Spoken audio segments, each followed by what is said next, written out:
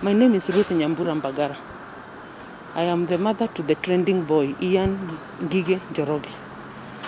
This is my firstborn boy, whom I was born and have brought him up by myself. He's a boy I dedicated in church. We have been in church at Deliverance Church Donholm. He's a member of the youth service in Deliverance, and that is where we fellowship. I was so heartbroken when I had come home from a business trip that night, and all I saw was flying squad cars outside my gate. And in shock, I went inside and I found policemen folding my boy down. And when I asked why they are folding him down, they showed me a video and told me, your boy is a murderer, he's a robber, he wanted to kill this man is in the ICU and he's very sick because of what he did. And I was surprised because my son, I have brought him up in a Christian way. He's a boy who has gone to a good school. He was in Sunshine Secondary School in Langata Road. He's a boy who has grown with manners. He's God-fearing. He is obedient, very polite at home, very polite. I've never seen him agitated.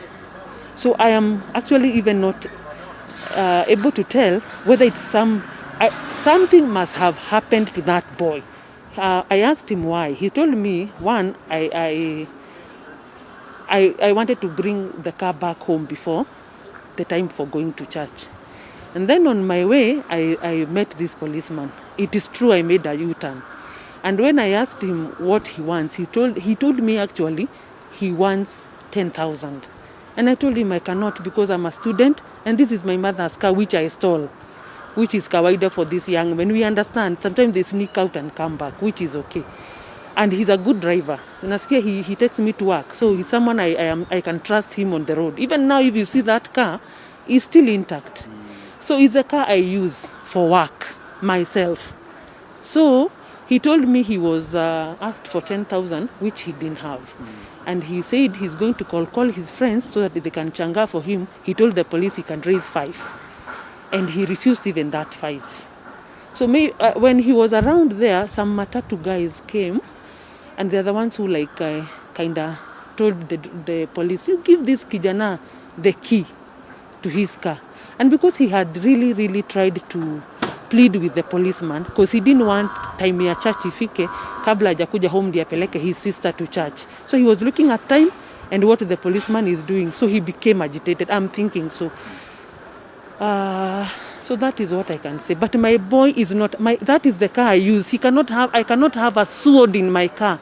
I cannot have a sword. They are putting an allegation that he had a sword in the car.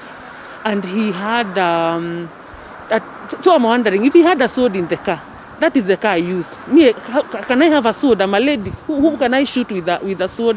Then, if he had that sword, why didn't he run with that sword and stab that policeman?